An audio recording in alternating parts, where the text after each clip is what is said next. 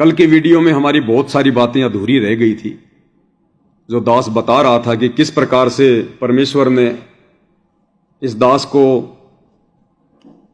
इस सत मिशन सात संगति के लिए तैयार किया, कैसे कैसे लोगों से मिलाया, उनकी रहनी करनी से परमेश्वर ने दास को परिचित करवाया। तो कल हम बात कर रहे थे कि अंत में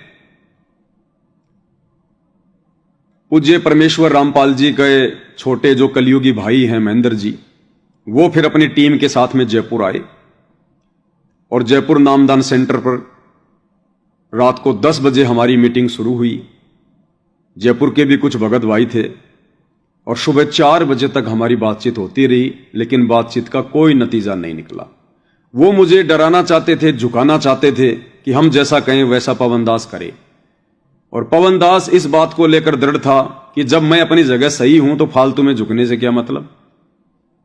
जबरदस्ती झुकना भी जो है कोई वो काम की चीज नहीं है।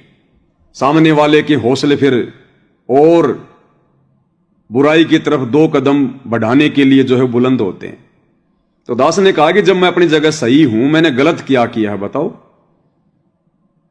तो गलत वो मुझे ठहरा नहीं पाए और अंत में ये कहकर उठकर चले गए कि हमने तेरे जैसा आदमी नहीं देखा। तो दास ने कहा कि भाई मेरे जैसा आदमी तुम देखोगी भी नहीं कभी। तो महेंद्र जी वहां से निकल जाते हैं ये सोचकर कि भाई मैं तो भगोड़ा घोषित हूं और ये पवन दास हो गया अब खिलाफ, कहीं ये थाने वाने में रिपोर्ट ना कर दे। तो वो उसी समय अपनी स्विफ्ट गाड़ी लेकर और 4-5 जो लोग थे उनके साथ वो निकल गए।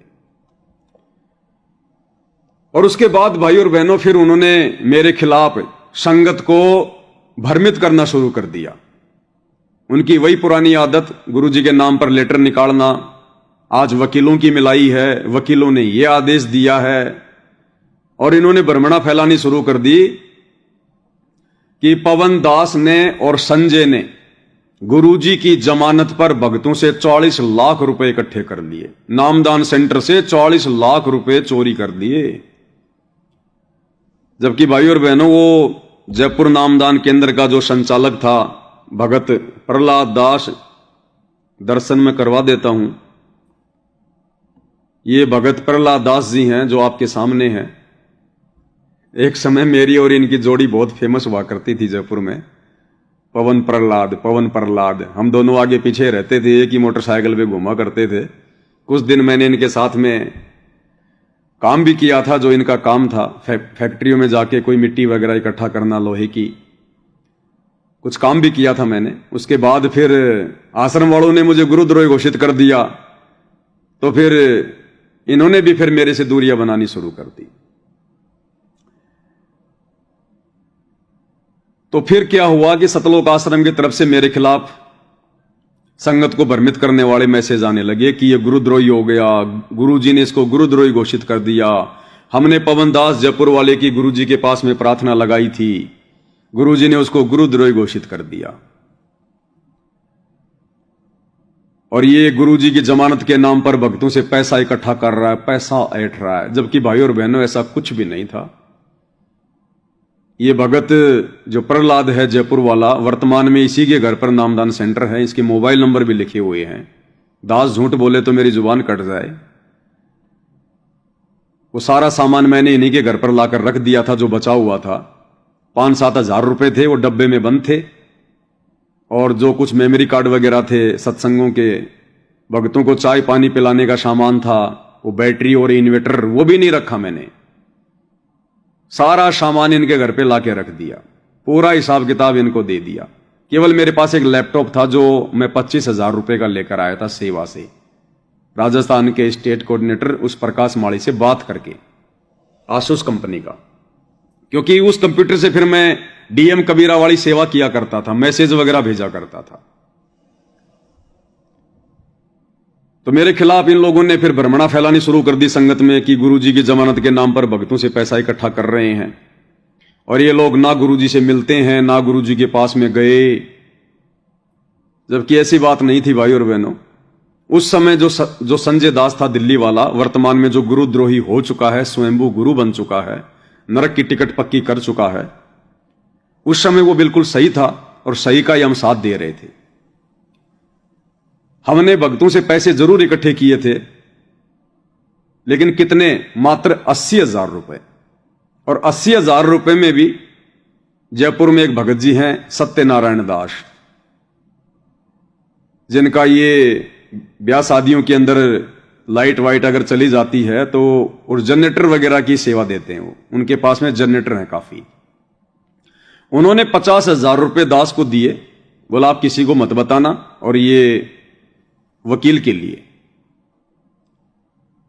और बाकी 5-7 भगत और थे, किसी ने 5 दिए, किसी ने 10 दिए, ऐसे करके 80,000 रुपए दास के पास में आए थे।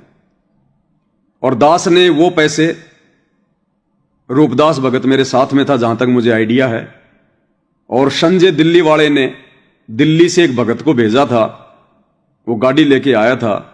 उस भगत को मैंने और रूपदास जी ने जाकर 14 नंबर उस पुलिया के नीचे, Delhi Jaipur bypass VKI area, वहां पर जाकर हमने उसको 80,000 रुपए यूं के यूं दे दिए। पवन दास ने 1 रुपया नहीं रखा। और संजय दिल्ली वाले ने सुप्रीम कोर्ट का वकील किया और बाकायदा पूज्य गुरुदेव भगवान से हमने वकालतनामे पर साइन भी करवाए। ये वकालतनामा ओरिजिनल आप जी देख सकते हैं। ये वकालतनामा in the Supreme Court of India, गुरुदेव भगवान का नाम लिखा हुआ है, गुरुदेव भगवान ने ये सब कुछ लिखा हुआ है, और ये गुरुदेव भगवान के हस्ताक्षर भी हैं। गुरुदेव भगवान ने अपना ये अंगूठा भी लगा रखा है, ये वाला यहां पर। और ये कब का है? 14 नवंबर 2015।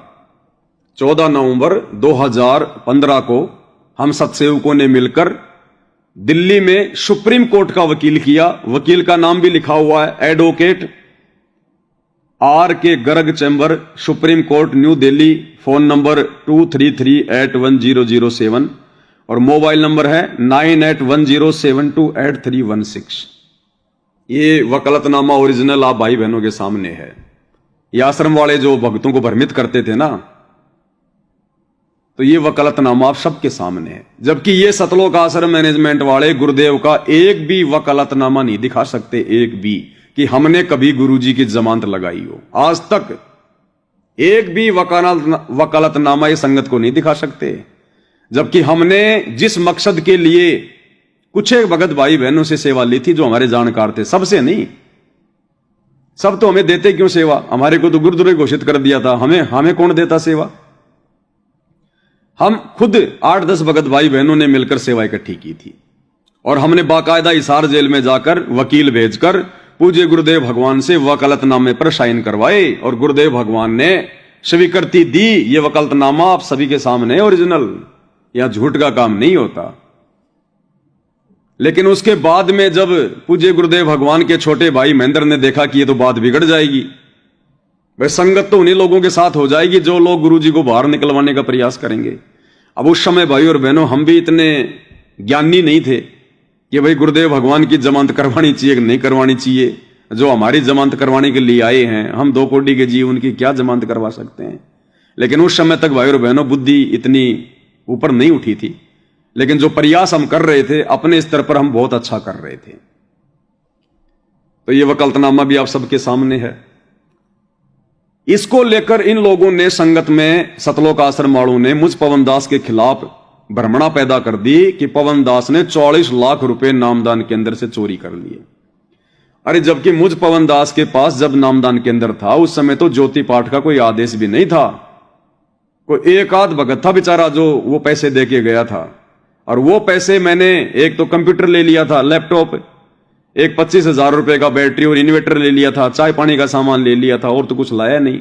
और 5,000 रुपए बचे हुए थे, वो डब्बे में पैक करके मैंने प्रहलाद भगत के घर पे रख दिए थे। उसके बाद अब आगे का काम उस प्रहलाद भगत का था, कौन पैसा दे रहा है, कौन पैसा ले रहा है। मुझे तो जब जब मैसेज भेजने होते थे, मैं उससे 10,000 रुपए ले लेता था। उसके बाद फिर वो पैसे देने भी उन्होंने मेरे को बंद कर दिए, क्योंकि फिर आश्रम वालों ने उनके ऊपर पाबंदी लगा दी, और उस नामदान केंद्र पर आकर दान पेटी के ऊपर वो ताला लगा के चले गए। क्योंकि इन लोगों को विश्वास नहीं है भाई और बहनों, किसी पर भी। उस प्रहलाद पर भी उनको विश्वास नहीं था, और नामदान केंद्र की दान पेटी पर ताला लगा के चले गए। ऊपर एक छोटा सा छेद कर दिया, जैसे जो गल्ला होता है ना, जो मिनी पिग बैग क्या होता है, जो बच्चे उसमें पैसा वैसा डालते हैं, वैसा छेद कर रखा था। तो भगत भाई बहन उसमें पैसे की पुंगी बना के गोल गोल करके डाल देते थे, और महीने भर में जब वो भर जाता था तो वो राजस्थान का स्टेट कोऑर्डिनेटर आता था, या फिर 2-4 भक्तों को जोधपुर से भेजता था। जयपुर वालों पे उनको विश्वास नहीं था, और वो भगत आके फिर वो ताला तोड़ते थे और सारा पैसा लेके रफू चक्कर हो जाते थे। तो फिर आगे की जिम्मेदारी उस प्रहलाद भगत की थी, मेरी नहीं थी। तो प्रहलाद भगत जी ने कहा कि पवन भगत जी, आप तो मेरे साथ रह रहे हो, आपने तो कोई गुरुद्रोही वाला काम किया ही नहीं, आपको कैसे गुरुद्रोही कहें? भगवत देख लो, तुम्हारी आंखों के सामने है।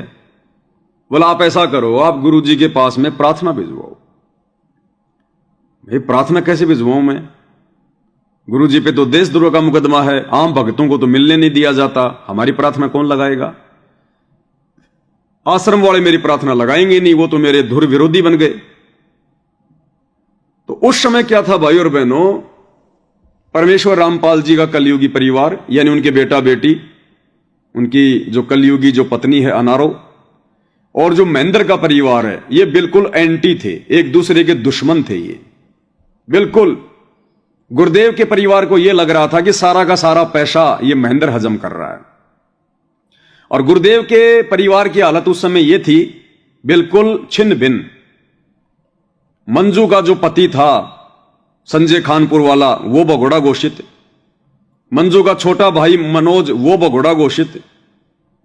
मंजू का बड़ा भाई वीरेंद्र, वो हिसार जेल में। गुरुदेव भगवान हिसार जेल में।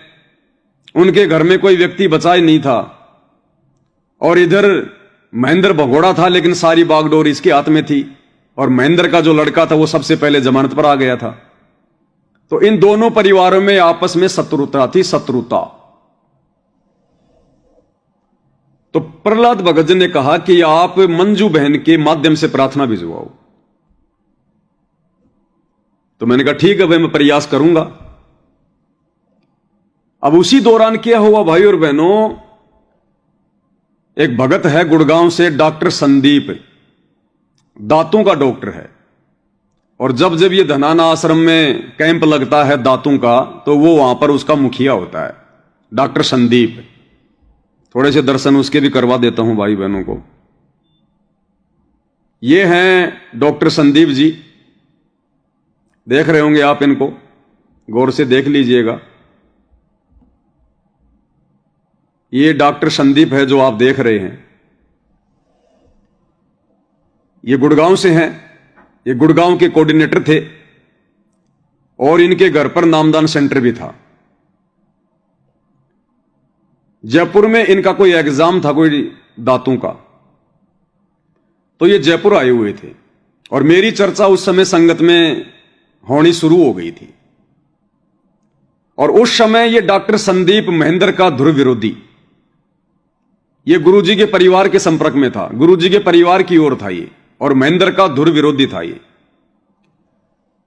तो ये उस समय भाई और बहनों जयपुर आया। अब कहां जाए, इसको पता था कि जयपुर में नामदान सेंटर है, तो ये नामदान सेंटर पर आ गया। नामदान सेंटर पर आकर इसने पूछा भाई वो पवन कहां रहता है? तो मैं उस समय जयपुर नामदान सेंटर के पास में था। तो मैं गया इनसे मिलने के लिए, मिला, फिर वहां मैं इसको अपने घर पर लेकर गया। मैं जिस मकान में रहता था वो किसी भगत का मकान था, 2 मंजिल का था, वो रहा नहीं करते थे, तो वो सारा मेरे को हैंडओवर कर रखा था। तो हम नीचे रहते थे। तो संदीप जी मेरे पास आ गए, और इनको 5-7 दिन जयपुर में रहना था, इनकी ट्रेनिंग चल रही थी। तो ये सुबह खाना वाना खा के नहा धो के अपनी गाड़ी लेके निकल जाया करते थे, शाम को आ जाया करते थे, रात को 2-3 घंटे हम बातें किया करते थे। तो खाना खा के हम टहलने चले जाते थे रोड पे दोनों भाई। उस समय मुझे सारी बातें, इस मैनेजमेंट या आपस में जो राग द्वेष ईर्ष्या, गुरुजी के परिवार में, महेंद्र के परिवार में एक दूसरे के जानी दुश्मन, पैसों को लेकर ये कुत्ता लड़ाई, मुझे सारी बातें बताया करते थे। और मुझे मंजू बहन की ऑडियो भी सुनाया करते थे, जिसमें ये संदीप जी बातें किया करते थे। तो मंजू बहन कहा करती थी कि इस महेंद्र के परिवार को कहां दुख है, कहां तकलीफ है गुरुजी के जेल जाने से, महेंद्र की औरत तो दांदरे निकालती फिरती है, दांत निकालती फिरती है, इनको कोई गम नहीं है गुरुजी का। सब कुछ इन्होंने अपने कब्जे में कर रखा भाई संदीप। तो ये मुझे आपस में मंजू की और अपनी ऑडियो सुनाया करता था, दिया नहीं करता था, कॉल रिकॉर्डिंग सुनाया करता था। तो मेरी भी बातें समझ में आने लग गई धीरे धीरे कि हाँ भाई ये कितना राग द्वेष भरा हुआ आपस में इस परिवार में पैसों को लेकर। और भी बहुत सारी बातें इन्होंने मुझे बताई और मुझे ये बार बार कहा करता था कि भगत पवन दास, अरे तेरे जैसी आत्मा युगों युगों बाद जन्म लेती है धरती पर, युगों युगों बाद। अब ये मुझे क्यों कहा करता था ये सारी बातें? महेंद्र से अपनी रंजिश निकालने के लिए, क्योंकि खुद तो इसकी बोलने की हिम्मत थी नहीं, खुद तो पता नहीं डरता था या फिर क्या कारण था इसका। ये चाहता था कि पवन दास को मैं सारी सच्चाई बताकर और महेंद्र से अपनी रंजिश निकालूं। अब भाई मैं तो सत्य का साथी था, मुझे किसी से रंजिश का तो कोई मतलब था ही नहीं, मुझे तो सत्य चाहिए था और उसके लिए परमात्मा ने संदीप को मेरे पास भेज दिया। बहुत सारी बातें ये मुझे बताया करता था कि एक बार हम बहुत सारे भगत दिल्ली में बैठे हुए थे, वहां पर महेंद्र जी भी थे, और ऐसे कोई बात चल गई तो महेंद्र ने गुस्से में आकर कहा कि ये मिशन अपनी ऐसी तैसी कराओ, ये जो मिशन है ना, ये भक्ति वाला मिशन चल रहा है जो गुरु जी का, ये अपनी ऐसी की तैसी कराओ ये मिशन। मैं तो गुरु जी को अपना भाई मानता हूं, वरना मुझे इस मिशन विशन से कोई लेना देना नहीं है। यानी भगत ये संगत भाड़ में जाओ, कुएं में पढ़ो, ये भक्ति भक्ति को करो ना करो, मैं तो केवल गुरु जी को अपना बड़ा भाई मानता हूं। मतलब गुरु भी नहीं, परमात्मा भी नहीं, मैं तो गुरु जी को अपना बड़ा भाई मानता हूं, इसलिए मैं ये सब कुछ कर रहा हूं, नहीं तो मिशन अपनी ऐसी तैसी कराओ। तो दास को समझ में आया कि ये इतनी बातें अगर बोल रहा है तो ये गुरु को अपना भाई भी नहीं मानता, ये तो इसकी मजबूरी है, क्योंकि ये भगोड़ा घोषित है। अगर संगत को अगर संगत की इसे आवश्यकता ना हो तो ये इतनी बात भी ना बोले कि गुरु जी को तो मैं अपना बड़ा भाई मानता हूं। अगर ये भगोड़ा घोषित नहीं होता तो ये कब का भक्ति छोड़ के बैठ चुका होता। लेकिन इस महेंद्र की मजबूरी हो गई संगत के बीच में बने रहना, क्योंकि ये भगोड़ा घोषित है, जाए तो कहां जाए, रिश्तेदारियों में जाए तो पुलिस पकड़ ले, उनके मुखबिर रहते हैं, तो संगत में छुप के रहना, और फिर वो खर्चा पानी कौन दे, फिर संगत वाले देंगे गुरु का भाई समझ के। तो इसकी मजबूरी थी ये बात कहना कि मैं गुरु जी को अपना बड़ा भाई मानता हूं, अन्यथा ये बड़ा भाई भी नहीं मानता। अगर ये गुरु जी को बड़ा भाई मानता तो बड़े भाई के कंधे से कंधा मिलाकर बरवाला कांड में संघर्ष करता, अपने बाप समान अपने बड़े भाई परमेश्वर रामपाल जी को बरवाला कांड के समय अकेला छोड़कर ये 18 नवंबर की रात को भगोड़ा बन के नहीं भागता। अगर भाई भी होता तो ये साथ देता, लेकिन ये भाई भी नहीं मानता। फिर इसने कहा कि एक दिन ये ऐसे ही अपनी फरारी काटता महेंद्र और मेरे घर पे आ गया गुड़गांव नामदान केंद्र पर। वहां पर भक्तों की सेवा लगी रहती थी। तो भगत जी आए तो हमने इनके लिए भंडारा वंडारा बनवाया। मेरी जो घरवाली थी, जो सुनीता वकील है, वो सुमन वकील है, गुरुजी के मुकदमे भी देखती है, इसकी जो पत्नी है सुमन, तो सुमन उसके लिए खाना बना रही थी। तो दाल रोटी बनाई। तो मैंने क्या किया कि भगत जी को एक थाल में कटोरी में दाल डाल के रख दी गर्मा गर्म। तब तक मेरी पत्नी चपाती बना रही थी। चपाती बनाने में थोड़ा सा टाइम लग गया।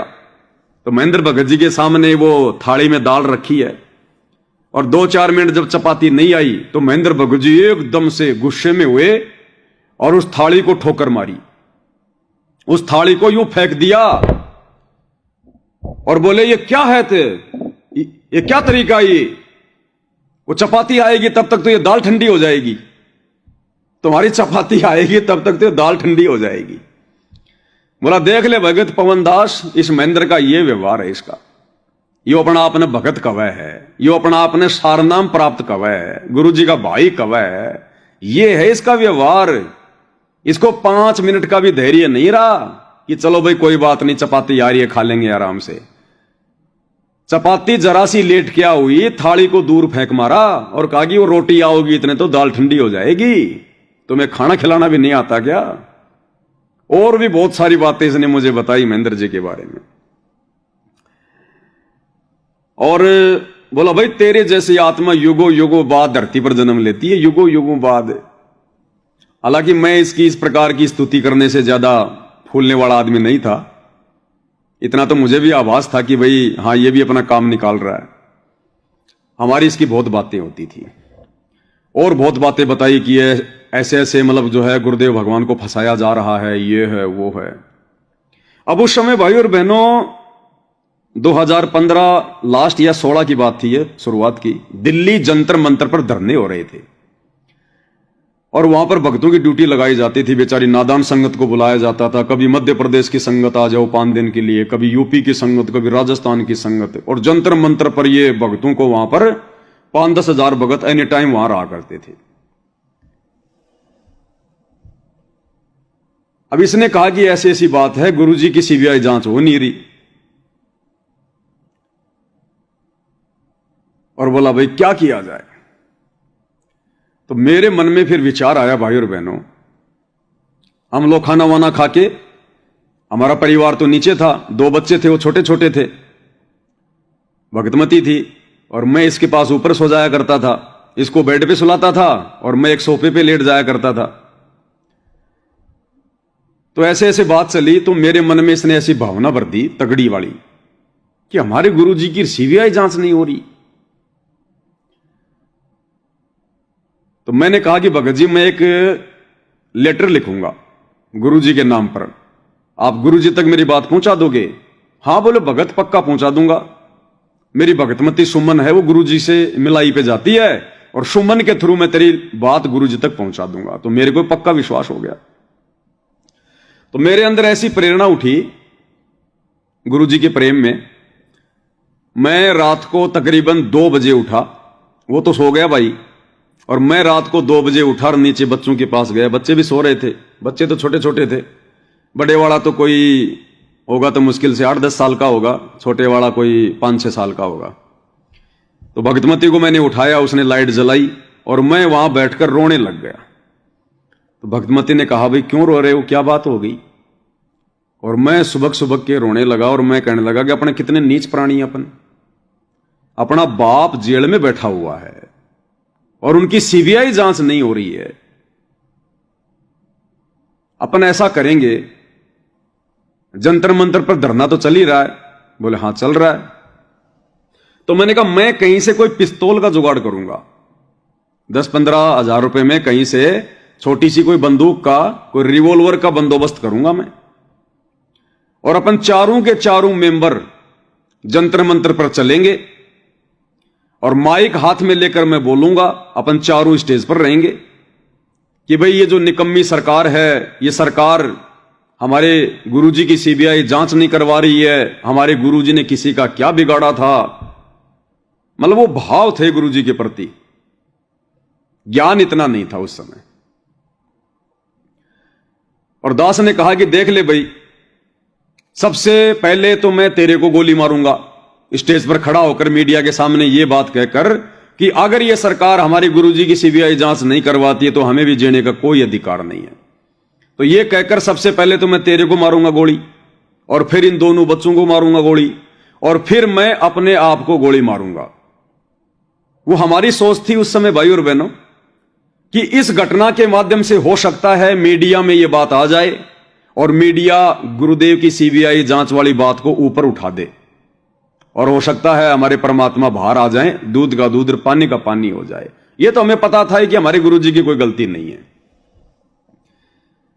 बिल्कुल फुल टू फुल मूड में मैंने कहा बता भाई तेरा क्या डिसीजन है? तो भगतमती ने कहा कि मेरा क्या डिसीजन है, जो आपका है वही मेरा डिसीजन है। हमारे बाप से बढ़ के हमारे लिए कोई और थोड़ी है, और गुरुजी के अगर सेवा में हमारी जान चली जाए इससे अच्छा और क्या। मैंने कहा ठीक है।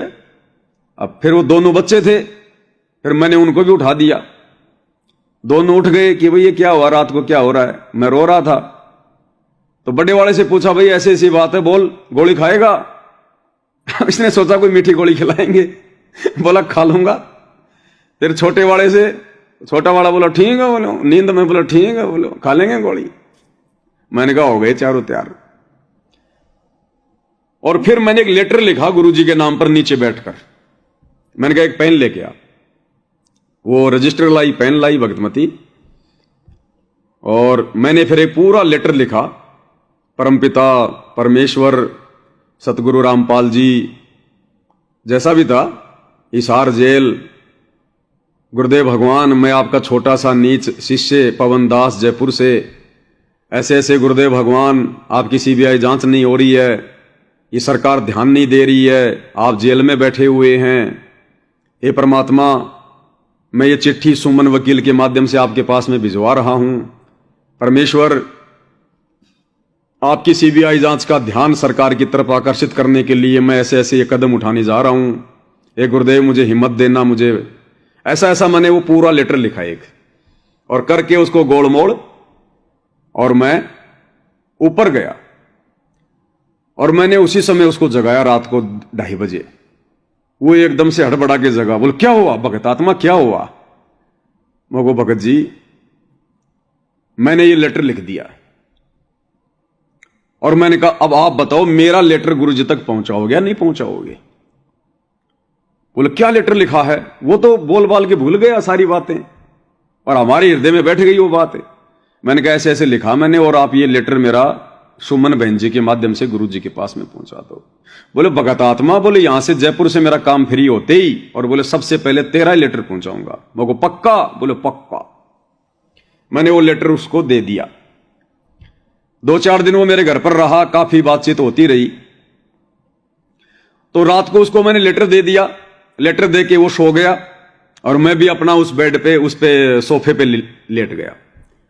नींद आ गई।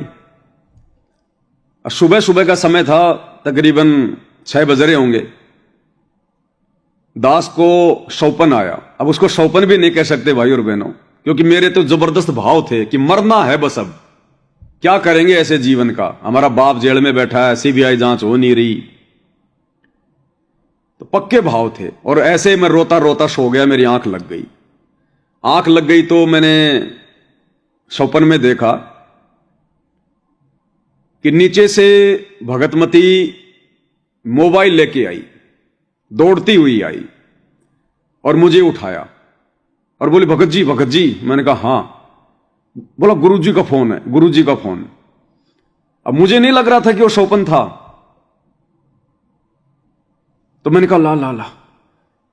मैंने वो फोन लिया। मैंने कहा, फिर मैंने उसमें पता नहीं उस टाइम शायद मैंने सतसाई बोला होगा कि सतसाहिब गुरुजी। उधर से आवाज आई, सतसाई बेटा, ठीक है बेटा, पवन कैसा है, ठीक है? हाँ। मैं रोने लग गया कि हाँ गुरुजी, आपकी दया, आपकी मेहर है गुरुजी। मेरा वो गला भरा है बिल्कुल पूरा। गुरुजी आपकी दया, आपकी मेहर परमात्मा। फिर मैंने कहा तुरंत, मैंने कहा गुरुजी, मैंने वो संदीप वकील के माध्यम से सुमन बहन के द्वारा आपके पास गुरुजी मैंने एक प्रार्थना पहुंचाई है। गुरुजी आपके पास मेरी प्रार्थना आई कि नहीं आई? रोता रोता। तो गुरुजी बोले बेटा आ गई तेरी प्रार्थना, इसीलिए तो तेरे को फोन किया मैंने। बेटा तेरी प्रार्थना आ गई, और तू कोई चिंता मत कर बेटा, परमात्मा अपने साथ में है, कोई चिंता मत करना तू। तेरी प्रार्थना आ गई बेटा मेरे पास में। ऐसा अपने को कुछ भी नहीं करना है। ये जीवन अपने को मरने के लिए थोड़ी मिला, अपने को भक्ति के लिए मिला है। भक्ति कर परमात्मा की, सेवा कर मालिक की। कोई देर तक गुरुजी से मेरी बातचीत हुई, बिल्कुल ऐसे लग रहा रूबरू हकीकत मोबाइल पे। उसके बाद भगतमती मोबाइल लेके नीचे चली गई। और भाई और बहनों, कुछ देर बाद फिर मेरी आंखें खुल गई। और जब मैं जगा तो डॉक्टर साहब तो सो रहे थे, और जब मैं जगा भाई और बहनों, तो मेरी आंखों से आंसू ज्यों की त्यों गिर रहे थे, ज्यों की त्यों आंखों से आंसू गिर रहे थे। इसलिए उसको सौपन भी नहीं कह सकते, वो हकीकत थी भाई और बहनों। परमात्मा अंतर्यामी है, उन्होंने देख लिया कि भाई ये नालायक अपना काम बिगाड़ेगा। ये तो जो है धर्मदास वाली स्थिति में आ गया। उसने 3 दिन का भंडारा किया कि शायद परमात्मा आ जाएगा, और तीसरे दिन यदि भगवान नहीं आए तो आज मैं आत्महत्या करूंगा। धर्मदास ने फाइनल कर ली थी। और मालिक तो अंतर्यामी है, परमात्मा ने देखा कि धर्मदास अब काम बिगाड़ेगा, ये मरेगा, इसने ठान ली। तो परमेश्वर उस कदम के पेड़ के नीचे आकर बैठ गए। तो गुरुदेव भगवान ने देखा कि ये बिल्कुल फाइनल डिसीजन कर चुका है, और ये अपना काम बिगाड़ेगा ही। तो परमेश्वर ने रात को ही फिर दास को सब कुछ बताया, सारी बातें हुई। और जब मैं उठा तो आंखों से ऐसे के ऐसे आंसू गिर रहे, ऐसे के ऐसे आंसू। उसके बाद भाई और बहनों, गुरुजी की हिसार में तारीख थी। उस समय हम भी तारीखों पर जाया करते थे। तो डॉक्टर संदीप आया हुआ था गाड़ी लेके, और उसकी जो भगतमती थी सुमन, वो भी आ गई थी।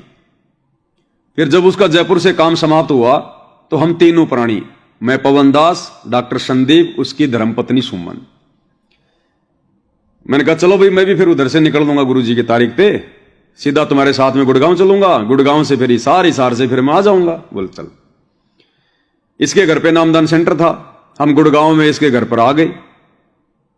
इसके घर पर खाली ये अकेला, इसकी पत्नी, इसके बच्चे थे नहीं, शायद अब भी नहीं होंगे इनके बच्चे, और इसकी मां। तो ये तो अपना अंदर सो गए और मैं अपना नामदान केंद्र वाली जगह पे सो गया।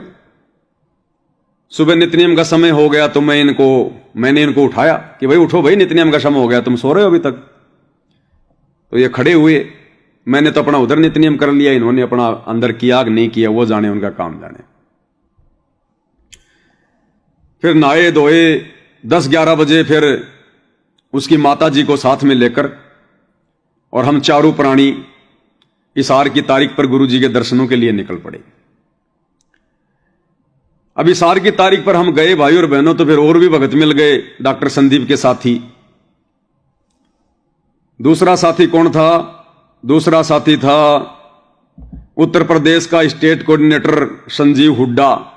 ये संजीव हुड्डा जी हैं भाई और बहनों। नाम Sanjeev Hooda, address house number C39, सूरज पार्क, रोहिणी, सेक्टर 18, दिल्ली 42, 9560482460। ये उस समय उत्तर प्रदेश का स्टेट कोऑर्डिनेटर था। तो ये भी अपनी टीम के साथ में अपनी गाड़ी लेके वहां पर तारीख पर आया हुआ था। इन लोगों की पहले ही वहां पर कोई मीटिंग होनी थी वहां पर हिसार में, और दिल्ली से कुछ एक भगत थे। एक रामनिवास छावड़ा था, दिल्ली से रामनिवास छावड़ा, एक फौजी जिसकी टांग एक जो है टूटी हुई है, वो लंगड़ा के चलता है होकी लेके। रामनिवास छावड़ा सफारी सूट पहनता है, जानते होंगे दिल्ली और गुड़गांव के भगत जानते होंगे। गुड़गांव में रहता, छावला में, रामनिवास छावला नाम है उसका। आश्रम में रहा करता था गुरुजी के साथ में, वो कमेटी में था बरवाड़ा में। तो कुल मिला के भाई और बहनों हमें 10-12 भगत। हिसार में कोई एक भगत था, उसके घर पर हम रुके, वहां पर हमारी मीटिंग हुई। मुझे नहीं पता था इन बातों का। हम सब वहां इकट्ठे हो गए, और उस समय जितने भी लोग इकट्ठे थे सारे महेंद्र के विरोध में थे, टोटल महेंद्र के विरोध में। ये उत्तर प्रदेश का स्टेट कोऑर्डिनेटर संजीव हुड्डा गालियां निकाल निकाल कर उस मीटिंग में कि एक बार उस हरामखोर महेंद्र ने पकड़ लियो, वो कित रहा है, एक बार उस हरामखोर को एक बार उसको पकड़ तो लो, उसकी ढंग से धुलाई करेंगे, ढंग से धुलाई। मतलब टोटल ये सारे के सारे लोग महेंद्र के खिलाफ थे। और आगे चलकर जैसे जैसे महेंद्र ने इनको वो पद बांटने शुरू किए, किसी को कोऑर्डिनेटर का, किसी को नामदान केंद्र का, किसी को क्या, सारे के सारे उसके चरणों में आके गिर गए। लेकिन उस समय इन सबके विचार क्या थे महेंद्र के प्रति? एक बार मिल जाए ढंग से उसकी देह तोड़ेंगे, ये विचार थे सबके। मैं तो सुन रहा था इनकी बातें सबकी। वहां से हमारी मीटिंग हुई, वहां से फिर वापस हम निकले, वहां पर फिर वो संजय भी आ गया। फिर हम सारे के सारे भगत मिलकर हरियाणा के करनाल में एक सरिता बहन है जो पेशे से वकील है, गुरुजी के मुकदमों में भी है, वो गुरुजी के मुकदमे भी वो लड़ रही थी उस समय। और उस समय हरियाणा का जो मुख्यमंत्री था मनोहर लाल खट्टर, उसके खिलाफ उसने करनाल से उसने चुनाव लड़ा था सरिता वकील ने, लेकिन वो हार गई थी। तो वो गुरुजी की भगत थी। फिर हम सब ने मिलकर सरिता वकील को नया वकील खड़ा किया कि भाई ऐसी ऐसी बात है, ये गुरुजी का जो परिवार है, ये जो महेंद्र है उनका भाई है, ये लोग चाहते नहीं कि गुरुजी बाहर आ जाए, सारा षड्यंत्र बरवाला कांड का इन लोगों का है, और इन सबको पता था इन बातों का। ये सब कुछ ये किया कराया इस महेंद्र का है। हम सब ने मिलकर सरिता को वकील कर लिया, लेकिन वो ज्यादा दिन तक नहीं टिक पाई। 1-2 बार तो गुरुजी के पास में गई, लेकिन उसके बाद महेंद्र उसको जो है वो दबाव देने लग गया। उसकी रिकॉर्डिंग मेरे पास में रखी है, 1-1 घंटे की 4 रिकॉर्डिंग है वो सरिता वकील की, उसी मीटिंग की जिसमें हम सारे भगत थे। संजय था, मैं था, ये संदीप था, सारे थे। वो 4 रिकॉर्डिंग मेरे पास आज भी सेफ हैं, पूरी की पूरी। उसके बाद वो सरिता भी बैठ गई थोड़े दिनों बाद में। फिर मेरे ऊपर भाई और बहनों ज्यादा दबाव बढ़ गया। ये लोग मेरी जान के दुश्मन बन गए, मैनेजमेंट वाले। मैं उसी मकान में रहता था जयपुर में। फिर एक दिन मंजू का पति संजय खानपुर वाला और बलजीत लहरी का बेटा अनिल लहरी, वो बबीता का भाई, दोनों के दोनों ये भगोड़े थे। ज्यादातर राजस्थान में पड़े रहते थे, जोधपुर में। तो जब इन लोगों को पता चला कि पवन दास ऐसे ऐसे हो गया, तो ये दोनों जने मेरे पास में आए, साथ में राजस्थान का स्टेट कोऑर्डिनेटर प्रकाश माड़ी। ये तीनों मेरे पास में आए और उस मकान में बैठकर मेरे साथ में इन्होंने मीटिंग करी और बोला तू महेंद्र के खिलाफ मैसेज डालना नहीं छोड़ेगा। मैंने कहा भैया क्यों छोड़ूं, मैं क्या गलत मैसेज डाल रहा हूं, बताओ मैंने क्या गलत कहा है। एक भी तो बात बता दो जो मैंने उनके खिलाफ मैंने कोई गलत कही हो। बोला तू नहीं मानेगा क्या उसके खिलाफ, देख लेना, फिर हमारे को आता है फिर मनवाना। अब जब वो इतना बोल गए तो फिर मैं भी बोल गया कि देख लेना भाई, तुम्हारे से जो बने वो कर लेना, तुम जाओ, मैं नहीं छोड़ने वाला। छोड़ता तो भी नहीं छोड़ूंगा। अब तो छोड़ दो, अगर छोड़ना होता तो भी नहीं छोड़ूंगा। तुम धमकी दे रहे हो क्या? ये कहकर वो दोनों वहां से निकल लिए। मेरे ऊपर ज्यादा दबाव बढ़ गया। ये लोग फिर मेरे को मारने की साजिश में लगे रहे, मौका देखने लगे। अब उस समय मैं क्या करता था, ये कजोड़ भगत जी भी मेरे शायद संपर्क में उस समय तक नहीं थे, शायद उस समय संपर्क में नहीं थे, उसके बाद में संपर्क में आए थे। तो मैं अपना दही बड़े का काम भी किया करता था उस समय। और जयपुर के विद्याधर नगर में नेशनल हैंडलूम के पास में मैं अपना टेम्पू लगाया करता था। टेम्पू मैं उस समय मेरठ से ले आया था। मेरठ वाले भक्तों ने मेरे को एक सेकंड हैंड टेम्पू दिलवा दिया था और उसकी बॉडी वाडी बनवा के मैंने दही बड़े का काम शुरू कर दिया था। तो मैं अपना उस समय फिर मैं वीडियो बनाने लग गया, छोटे छोटे मोटे। एक अलीगढ़ का भगत था, उत्तर प्रदेश का, पहले मैं उससे वीडियो बनवाता था, मुझे आते नहीं थे बनाने वीडियो, कि भगत जी मैंने मैसेज टाइप कर दिया, अब आप इसका वीडियो बना दो, ये धीरे धीरे ऊपर चलता रहे। अब वो भगत भी फिर आनाकानी करने लग गया। तो एक दिन मैंने कहा कि भगत जी आप ये वीडियो बनाओ, बहुत ही अर्जेंट है। तो उसने कहा कि मैं कोई नौकर हूं क्या, मेरे भी तो काम है, मैं कोई नौकर हूं तुम्हारा यार, मन में आता तभी बोल देते हो वीडियो बनाओ वीडियो बनाओ। तो मैंने सोचा कि ऐसे तो बात नहीं बनेगी। अब क्या करें। तो रामचंद्र जी उस समय मेरे संपर्क में आ गए थे। तो रामचंद्र जी ने कहा कि भगत जी आप सीखो ना वीडियो बनाना, कैसे क्या सीखा जाता है। तो मैंने ऐसे फिर मोबाइल में भाई कौन सी क्या है एप्लीकेशन वगैरह, फिर मैंने देखा कि ये तो काइन मास्टर है, फिर मैंने काइन मास्टर को यूज करना शुरू किया। और आज भी मैं उसी काइन मास्टर से सारे वीडियो बना रहा हूं, उसी काइन मास्टर से। ये परमात्मा ने मेरे लिए बनवाई थी वो एप्लीकेशन, ये देख लो आप। उसको मैंने धीरे धीरे सीखा और फिर मैं खुद ही वीडियो बनाने लग गया और डालने लग गया। अब ये लोग मेरी ताक में।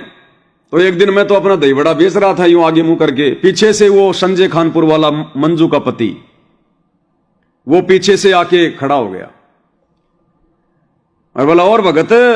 जब मैंने देखा पीछे, हो मगो सत साहिब भगत जी सत साहिब। तो मैंने कहा भगत जी दही बड़े खाओगे? बोला कुतरू ऐसे बोला मेरे को, बोला रे कुतरू तेरे दही बड़े खाएंगे, मेरे को नरक में जाना तेरे दही बड़ा खा के, कुतरू यानी कुत्ते का बच्चा। अब ठीक है मोग भाई, है तो कुत्ते के बच्चे ही हैं, कौन सी बड़ी बात है, सब यहाँ कुत्ते ही हैं, जो सतलोक से आगे सारे कुत्ते ही हैं। ये अपने आप को शेर समझ रहा तो अलग बात है। तो मेरे को पानी तो पी लो। अरे बोले कुतरू तेरा पानी भी ना पीवा। मेरे को ठीक है चलो, मेरे दही बड़े बच गए, मेरा पानी बच गया। और बोला तू बाज आ जा, अपनी हरकतों से बाज आ जा तू। मेरे को भाई मैंने क्या कर दिया? बोला तू समझ जा, बोलो सुधर जा, तू ठीक नहीं कर रहा तू जो कर रहा हो, सेवा कर ले कोई डंकी। देख मैं सेवा कर रहा और मेरे को 12,000 रुपए मिलते हैं मैनेजमेंट की तरफ से, 12,000 रुपए हर महीने। वो बोला संजय खानपुर वाला। तो मैंने कहा भाई, अब मैंने मनी मन में सोचा कि भगोड़ा आदमी, ये ना कोई सेवा कर रहा ना कुछ और, पुलिस से डर के भाग रहा है और ऊपर से 12,000 रुपए और ले रहा है, ये तगड़ी सेवा कर रहा है। और वो जो 2 4 5 भगत और थे जयपुर के जो उसको लेके आए थे, उनको तो पता ही था मैं कहां दुकान लगा रहा हूं। तो फिर थोड़ी देर बाद में फिर वो वहां से निकल गया, क्योंकि वो भगोड़ा घोषित था। उसने सोचा कि कहीं कोई फोन फान ना कर दे, मैं पकड़ा जाऊं। तो वो ये बात कह के मेरे को वहां से निकल गया। फिर मेरे पास में धमकियां आने लग गई बहुत ज्यादा, मारने की, पता नहीं क्या क्या। तो काफी भगत मेरे संपर्क में आ गए थे। तो संजय दास के संपर्क में उस समय फरीदाबाद के बल्लभगढ़ का कोऑर्डिनेटर था रमेश दास। रमेश दास के भी आपको दर्शन करवा देते हैं, आप जानते होंगे काफी भगत भाई बहन। ये रमेश दास भगत जी हैं जो ये संदीप के इधर जो साइड में बैठे हुए हैं। बीच में फोटो पे कर्सर रख के फिर दोनों उंगलियों से चौड़ा कर रहे हैं। ये आप देख रहे होंगे भाई और बहनों, ये जो तीसरे नंबर पे, जो ये चौथे नंबर पे लास्ट में जो ये खाकी सी जैकेट पहन के और सर पे टोपा पहन के आंख बंद करके जो बैठा हुआ लास्ट में मोटा सा, ये रमेश भगत जी हैं, फरीदाबाद से हैं। ये बल्लभगढ़ में रहते हैं। ये वहां के कोऑर्डिनेटर थे और आज भी वहां के कोऑर्डिनेटर हैं। ये संजय के संपर्क में थे। संजय अक्सर इनके घर पर जाता था और उस समय ये भी साथ संगति से जुड़े हुए थे। ये भी मैनेजमेंट के खिलाफ थे, महेंद्र के खिलाफ थे कि हां जो भी कुछ हुआ ये गलत हुआ है और ये महेंद्र का किया हुआ है। तो मैंने संजय से कहा कि भाई ऐसी ऐसी बात है, मेरा तो बहुत ज्यादा विरोध बढ़ गया है, मरने मारने की धमकियां आने लग गई। तो इसने कहा कि भाई ऐसा कर, तू फरीदाबाद आ जा। तो भाई और बहनों, मैंने मेरा जितना भी सामान था सारा सट्टा बाल बच्चे साथ लिए और मैं हरियाणा के फरीदाबाद में आ गया। रमेश भगत जी भी किराए पे रहता था। इसका बिरयानी बेचने का काम था। इसके पास 2 गाड़ियां थी। एक गाड़ी पे खुद ये बिरयानी बेचा करता था चावल की। तो मेरे को भी इसने एक 2-4 हजार रुपए का वहीं पे अपने पास में मकान दिलवा दिया। मेरी भगतमती इनकी बिरयानी बनाने में, गाजर वाजर छीलने में इनकी जो पत्नी थी उसका सहयोग करवा देती थी। बच्चों को हमने स्कूल में डलवा दिया वहां पर बल्लभगढ़ में। और इसके पास एक मारुति वैन और थी। वो मारुति वैन इन्होंने मेरे को दे दी कि भाई एक तरफ तो मैं बेचूंगा बिरयानी और आगे जाके कोर्ट के पास में सेक्टर 12 में बल्लभगढ़ में शायद वहां पर कोर्ट था कि वहां पर तू बिरयानी बेच। तो इसने वहां पर गाड़ी लगवा दी। 1-2 बार मेरे साथ में ये चला गया। बाद में फिर मैं अपनी गाड़ी ले आता। सुबह बिरयानी वो जो है वो ले जाता। दिन में अपना सेवा करता रहता, मैसेज डालता रहता। कोई आता तो बिरयानी बना के दे देता। शाम को गाड़ी वापस ले आता। और ये मेरे को रोजाना मजदूरी के 500 रुपए दे दिया करता। तो 500 रुपए में भाई मेरा मकान किराया भी हो जाता और मेरा खाना खर्चा भी हो जाया करता था। काम मेरा निकल जाता था। तो तकरीबन मैंने 2-3 महीने इनकी गाड़ी पर वहां पर बिरयानी बेचने का काम किया। फरीदाबाद के और भी काफी भगत थे। एक भगत है दैया, जो ये डॉक्टर संदीप के साथ में जो ये मेहंदी के जो कलर वाली जो ये शर्ट वर्ट जो पहन रखी है, ये दैया भगत है। ये फरीदाबाद के भगत जानते हैं अच्छे से। तो ये भी मेरे साथ में, मतलब सारे हम आपस में एक ही टीम के आदमी थे, सारे मैनेजमेंट के खिलाफ थे। अब महेंद्र को पता चला कि ऐसे ऐसे भाई वो तो बल्लभगढ़ में है और संजय भी साथ में है और बल्लभगढ़ के भगत भी उसके साथ में हो गए और ये तो भाई काम बिगड़ेगा। तो महेंद्र ने क्या किया, डॉक्टर संदीप को बीच में डाला और रामनिवास छावला उसके घर पर गुड़गांव में एक मीटिंग रखी गई कि भाई उधर बल्लभगढ़ से तो तुम आ जाओ सारे के सारे, बीच में ये संदीप उधर से महेंद्र को लाने वाला, इधर से हमारे को ले जाने वाला, और बोला आपस में बैठ के भाई मीटिंग कर लो। तो हम 10-15 भगत इधर से बल्लभगढ़ से 2 गाड़ियां लेके चले गए। उधर से महेंद्र आ गया, उसके साथी आ गए और रामनिवास छावला के घर पर रात्रि को हमने मीटिंग करी। 2017 की बात है। काफी बातें हुई वहां पर। तो अंत में डिसीजन ये निकला कि भाई जो हरकतें गुरुजी का भाई कर रहा है, जिस प्रकार से तुम लोग ये रैलियां वालियां धरने प्रदर्शन फालतू में कर रहे हो जिसका कोई मतलब नहीं निकल रहा, गुरुजी का मुकदमा चल रहा हरियाणा के हिसार में, और तुम जो है गुजरात के डीसी को ज्ञापन दे रहे हो, भक्तों को बेचारों को समय बर्बाद करवा रहे हो कि हमारे गुरुजी की जमानत करवाओ। अब वो गुजरात का डीसी हरियाणा में गुरुजी की क्या जमानत करवाएगा? वो लेके वो पर्चा विज्ञापन और वो डस्टबिन में डाल देता कि मूर्ख आदमी है, कहां से आए हैं ये। हम खुश हो जाते कि लो जी डीसी ने हमारा ज्ञापन ले लिया। तो इन्होंने हर जिले में, हर डिस्ट्रिक्ट में बेचारे भक्तों की रेल बना दी इन्होंने 1 साल तक। भगत बेचारे गुरुजी के नाम पर आ जाते थे कि गुरुजी का आदेश है, ज्ञापन देना है, ज्ञापन देना है। मेरे जैसे लेके माइक खड़े हो जाते थे, जांच कराओ, जांच कराओ, संत रामपाल जी की जांच कराओ। तो बहुत सारी वहां बातें हुई। अंत में महेंद्र ने कहा कि ठीक है भाई, हम हमारी तरफ से ऐसी कोई गलतियां नहीं करेंगे, लेकिन आज के बाद आप लोग भी मैसेज नहीं डालोगे। तो संजय जो है थोड़ा मतलब वो बड़बोला है। तो संजय ने क्या कहा, मैंने हारी मान ली, हारी हारी हारी हारी हारी हारी, मैंने हारी मान ली, मैं नहीं बोलूंगा अब। बोला देखना, बोले फिर हो जाए खड़ा, नहीं ना, बोले मैंने हारी मान ली, हारी मान ली मैंने।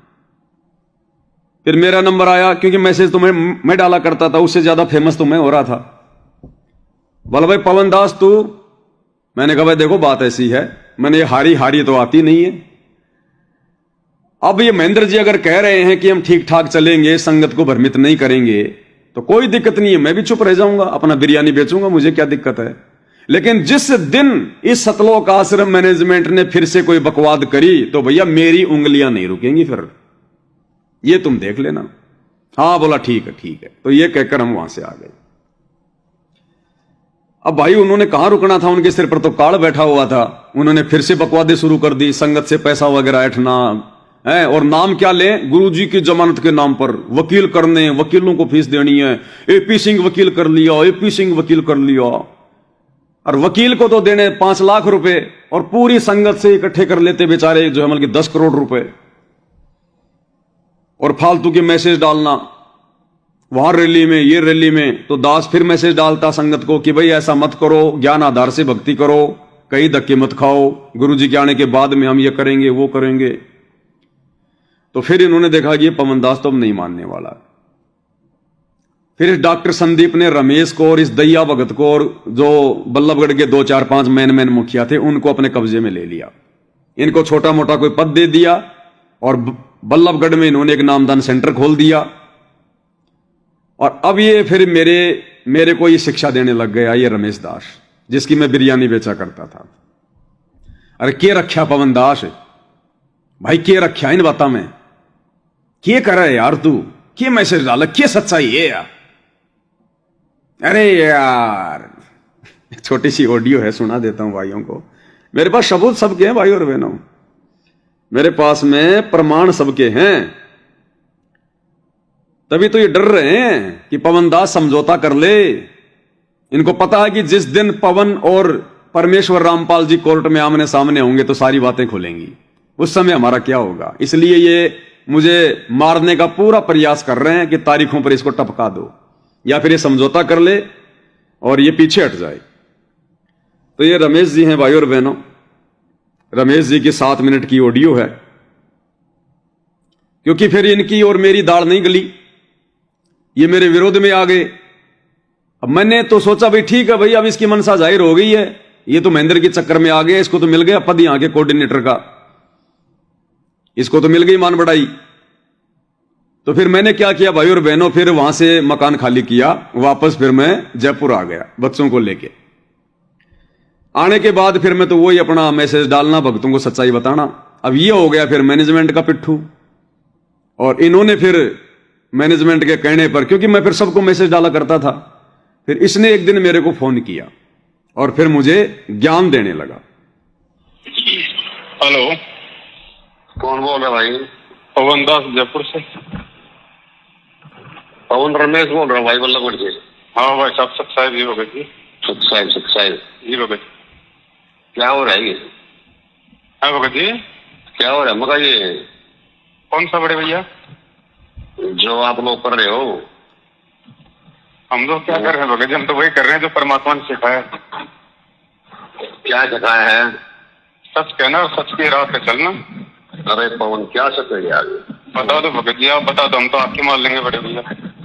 क्या सच है? मतलब कुछ, मतलब मैं क्या बताऊं, मेरे पास शब्द नहीं है क्या कहूं, क्योंकि हम अच्छी तरह एक दूसरे साथ रहे हैं, जानते भी हैं सारी बातों जानते हुए, और आप लोग ये नहीं सोच रहे जीवन कैसे नरक बना रहे हैं, जीवन का क्या हो जाएगा, कैसे मतलब क्या बीतेगा हमारे साथ है। डर नहीं लगता यार? भगत जी बहुत डर लगता है बड़े भैया, बहुत डर लगता है। पहले नहीं डरते थे, जब से परमात्मा के शरण में आए खूब डर लगने लगा। नहीं, डर लगा तो मेरे भाई रंगा नहीं करो बिल्कुल। तो बताओ भगत जी, फिर ये भक्ति में राजनीति का क्या मेलजोल है? अरे यार, जो करेगा कुएं में पड़ेगा, अपने आप में बचाओ मेरे भाई। नहीं भगत जी, देखो भाइयों को बताना समझाना भी तो हमारा फर्ज है ना। अब आपने मुझे फोन कर दिया। कहाँ की ठेकेदारी है? ऐसा है, मैं स्वयं जेल में गया था। अच्छा, हाँ हिसार जेल में? हाँ, जिस दिन गोदावरी टाइम है ना, कब? 31 जून 2017। अच्छा हाँ, मैं स्वयं गया था। अच्छा करीब 2-3 मिनट के लिए। अच्छा, हाँ, फिर? जो भी है ना, जो कर रहा है वो अपने कर्म फोड़ रहा है। नहीं, आप गए तो आप वहाँ गुरु जी से मिले, आपने कुछ सवाल जवाब किए, आपने कुछ पूछताछ करी, गुरु जी ने कुछ बताया? यार मैं नीच हूँ क्या, मैं दुष्ट हूँ क्या, मैं सवाल पूछूंगा? गुरु जी के सामने इतनी औकात मेरी, मैं सवाल जवाब करूंगा?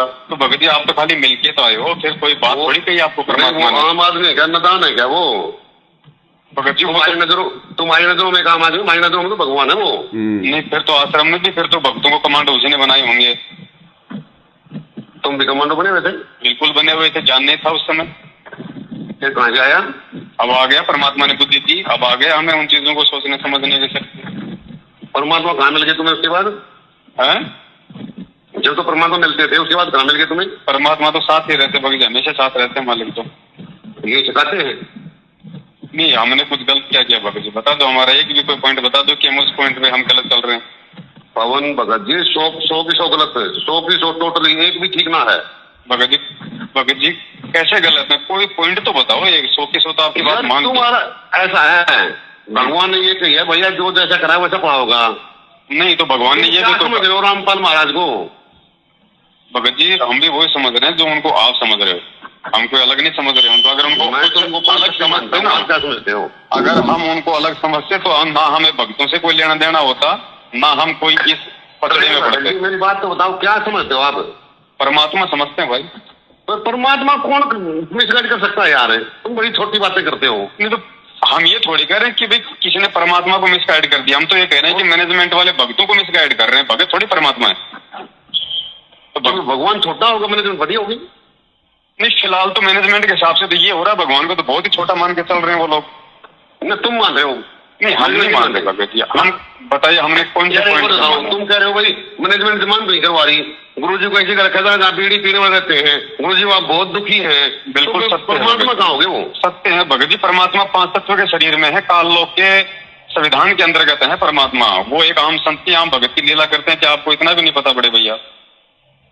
तो फिर वो दुखी हो सकते हैं? तो आप उन्हें परमात्मा मान रहे हो उस हिसाब से कि वो जेल में दुखी नहीं हो सकते, तो फिर वो जेल में क्यों गए? फिर उनको जेल में किसने बैठा दिया भाई?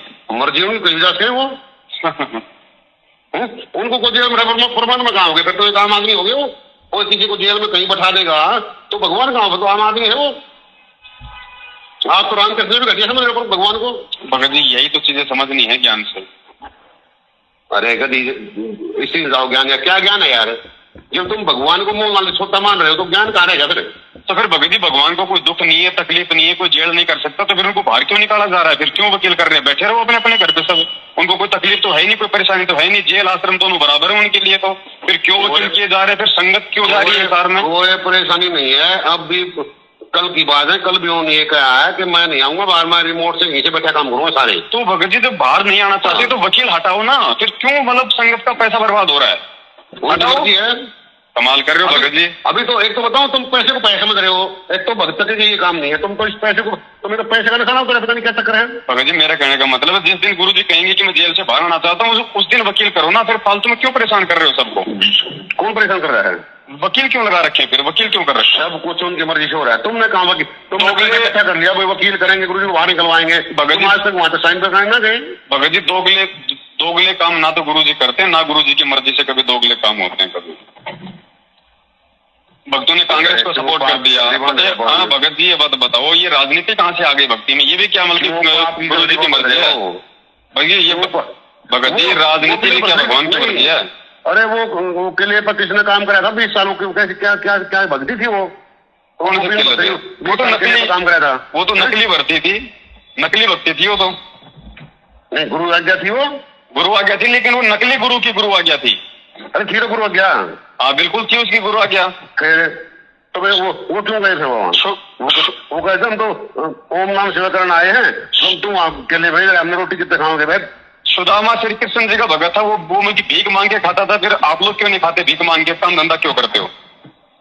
हमारे गुरु जी ने कहा काम नहीं लगो, तो हमारे गुरु जी ने जो ज्ञान दिया ना, वो नकली गुरुओं से, उनके चेलों से उत्तम ज्ञान दिया, इसलिए हम लोग उस आधार उन्होंने कहा काम भी करो भजन भी करो, जो मैं कहूँ उसके वो आदेश को मानो, और बाद में देखेगा तो होगी, एक बार मेरे नाम से कोई क्वेश्चन तो उसको हाँ उसके वही काम कर दो, बाद में देखेंगे तो होगा वो। तो फिर गुरु जी ने ये आदेश कब दिया था कि तुम राजनीति भी करो और तुम भक्ति भी करो? हाँ ये आदेश दिया, वोट डालो भाई। कब दिया था भगत जी? किसको दिया आदेश? जब जिसने प्रार्थना करी उसको आदेश दिए हैं। किसको दिए? हमें तो नहीं दिए ना भगत जी। यार तुम हो पता नहीं कहाँ हो, घर में तुम्हें कौन आदेश देगा? आदेश दिए हैं, डेली ऑडियो आती है, आप लोग जेल मिल के आते हो, ले आओ कोई वीडियो, चलो नकली ऑडियो में बोलवा दो कि भाई मैंने आदेश दिए कांग्रेस को वोट डालने के लिए। अब यार तुम आवाज ही ना समझते, तुम हाँ तो चलो आप तो समझते हो, तो कम से कम नकली ऑडियो है तो भगत जी उसी में निकलवा दो। भगत जी ज्ञान आधार से चलना पड़ेगा, ज्ञान आधार से ऑडियो 101% नकली है, नकली। अगर गुरु जी की आवाज में है तो भी नकली है, हमें ज्ञान आधार से उनके शब्दों की पहचान करनी पड़ेगी। ये तत्व ज्ञान है भगती, ये कोई मतलब बिरयानी बेचने का काम नहीं है कि सुबह बनाई शाम को बेच के आ गए। ठिकाना नहीं पाओगे भगत जी, मुझे नहीं पाएगा ठिकाना, कोई बड़ी बात नहीं बड़े भाई, आप समझ मतलब ऐसे रास्ते चल रहे हो ना, शायद भगवान पता नहीं क्या हुआ तुम्हारे साथ। भगत जी यही होता है, जब किसी की बुद्धि पे बैठता है ना, तो ये मेरा नंबर इस पर कुछ मत भेजा कर बस। ठीक है बड़े भाई, नहीं भेजेंगे आप, ठीक है ना, आज से नंबर नोट कर लीजिए। ठीक है जी, ठीक। हाँ मेरे सामने कुछ ना आ जा। ठीक है जी, बस। हाँ ठीक है। तो लास्ट में कह दिया भाई मेरे नंबर पे कुछ नहीं भेजेगा पवन दास, तो आज के बाद में ध्यान रखना तेरा ठिकाना नहीं होगा कहीं। तो भाई मैं क्यों भेजू भाई, ऐसी गलती मैं क्यों करूं? फिर मेरे को ठिकाना चाहिए, जब तक धरती पे हूं तब तक तो ठिकाना चाहिए ना मेरे को।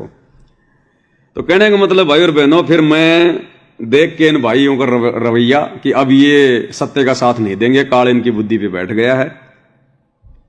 तो दास अपने बाल बच्चों को लेकर अपना जो है ट्रक में सामान डाल के और बल्लभगढ़ से वापस जयपुर आ गया, किराए का मकान ले लिया। किराए का मकान ले लिया भाई और बहनों।